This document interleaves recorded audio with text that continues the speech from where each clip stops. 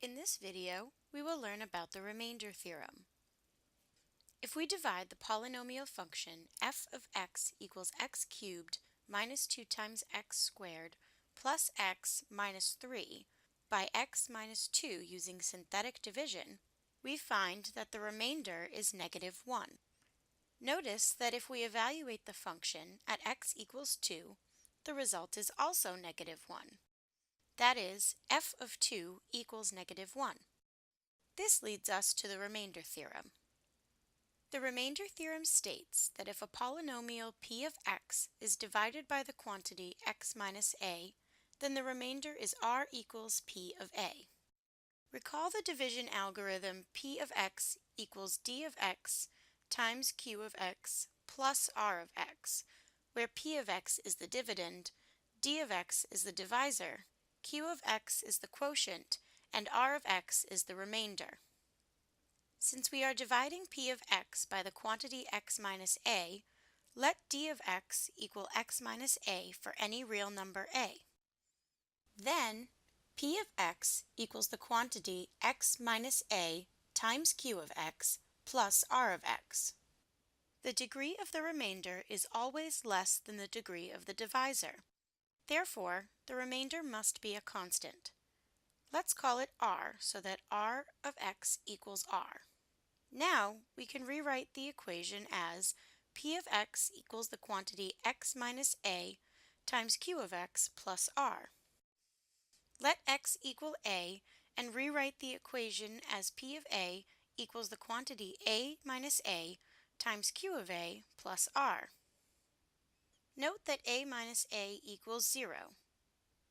Because 0 times q of a equals 0, we can simplify the equation to p of a equals r.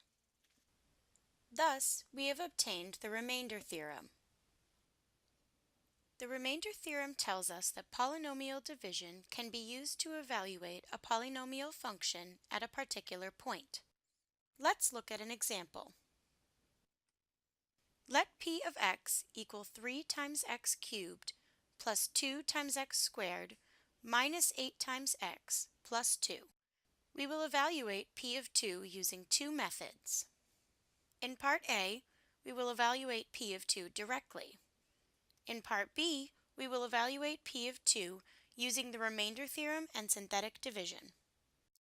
To evaluate p of 2 directly, substitute 2 for x and then simplify. So we have p of 2 equals 3 times 2 cubed plus 2 times 2 squared minus 8 times 2 plus 2. Following the order of operations, rewrite the equation as 3 times 8 plus 2 times 4 minus 16 plus 2. Simplify to get 24 plus 8 minus 16 plus 2, which equals 18. Now, let's evaluate p of 2 using the remainder theorem and synthetic division. By the remainder theorem, if a polynomial p of x is divided by x minus a, then the remainder is r equals p of a. So, to evaluate p of 2, divide p of x equals 3 times x cubed plus 2 times x squared minus 8 times x plus 2 by x minus 2. Set up the synthetic division using the test point 2 and the coefficients of the polynomial 3, 2, negative 8, and 2.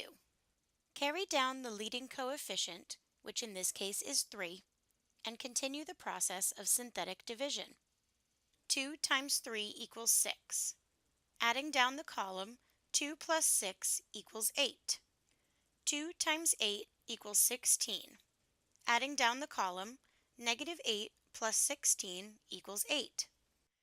2 times 8 equals 16. Adding down the column, 2 plus 16 equals 18. Using synthetic division, the remainder is 18. By the remainder theorem, this tells us that p of 2 is equal to 18. As you can see, this is the same value we found in part A by evaluating the polynomial directly.